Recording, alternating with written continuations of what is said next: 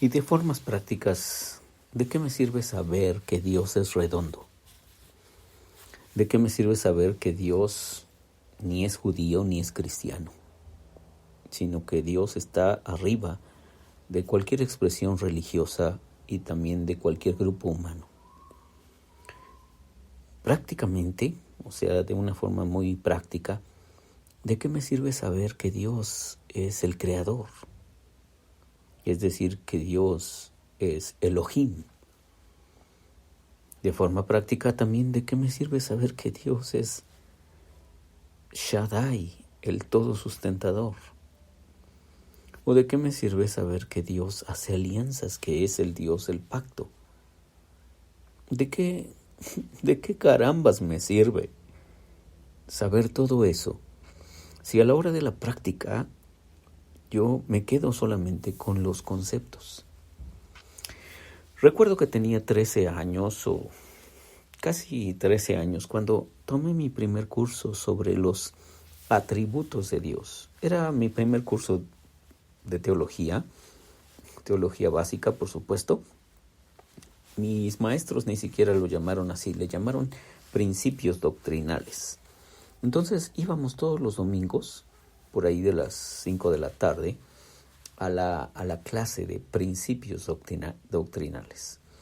Y uno de los maestros nos puso no me acuerdo exactamente, una lista de los atributos de Dios. Y nos dijo que Dios es eterno, que es espíritu, que es omnipotente, omnisciente, omnipresente, que es soberano, que es inmutable, y en fin, nos puso allí una larga lista de los atributos de Dios. Y por 4 o 5 meses, o quizás 6 meses, nos dieron clases entre comillas, de quién era o de el carácter de Dios, explorando la Biblia, hablando justamente, por ejemplo, de que Dios es eterno. Y buscábamos varios versículos que nos hablaban de que Dios es eterno.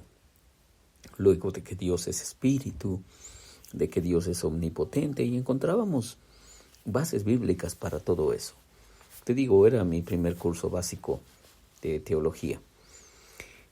Luego, un buen día, dijeron, pues la próxima semana tendremos examen de los principios doctrinales, y en este caso hablaremos o el examen discurrirá en relación con los atributos de Dios. Y ahí nos tienes estudiando los textos y los atributos de nuestro Dios y tratando de memorizar algunas cuantas definiciones al respecto. El problema es que nos quedamos, creo que varios de nosotros, simplemente con los conceptos. Nos quedamos con la doctrina.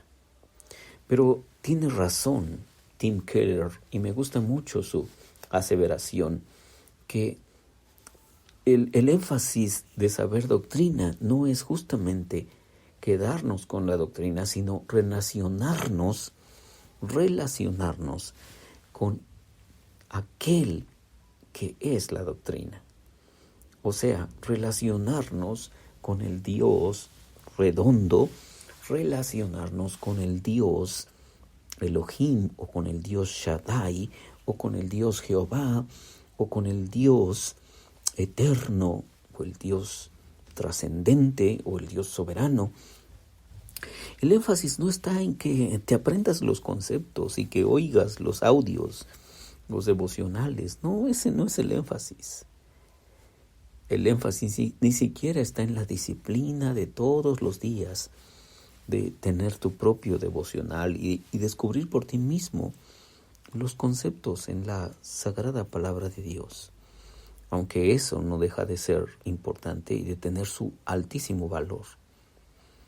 Pero el énfasis no está en la doctrina, sino el énfasis está en quién es la doctrina, o quien fundamenta la doctrina, que es Dios justamente. Y si no nos relacionamos con Él como el soberano, si no nos relacionamos con Él como el Dios de los pactos o el Dios de la alianza, si no nos relacionamos con Él como nuestro sublime creador y como el Dios que está arriba de todos los dioses, entonces, ¿qué crees? Que todo eso está vacío. Porque un gran problema a veces de los cristianos evangélicos y algunos que no son evangélicos es que nos aprendemos los conceptos. Es más, hasta nos llegamos a sentir como que orgullosos de saber los conceptos, pero fracasamos en la relación. Y creo que sí tenemos que decirlo claramente, como dice ese estribillo, lo tenemos que decir fuerte y quedito, que Dios no es un concepto. Dios ni siquiera, dijo un teólogo, ni siquiera es una persona, porque las características de una persona son su personalidad. Pero Dios es divino, es un ser divino que trasciende cualquier personalidad, nos rebasa.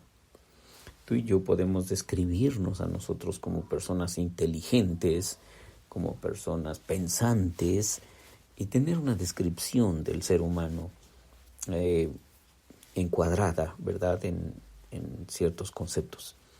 Pero Dios es un ser divino, trascendente, que no lo podemos definir, no le podemos poner márgenes o marcos de referencia, porque Dios trasciende todo eso. Y usamos sí las palabras para describir quién es Él, porque es lo que tenemos a nuestro alcance. Pero hay una vieja canción, una vieja alabanza que dice que hay momentos que las palabras no alcanzan, y dice así: para decirte lo que siento, bendito Salvador. Sí, porque efectivamente las palabras nos quedan cortas para expresar lo que nosotros queremos expresarle a nuestro Dios.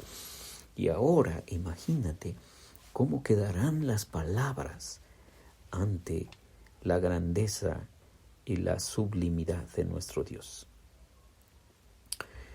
Y a veces entonces nos pasa, como le pasaba a las personas en el tiempo del profeta Malaquías.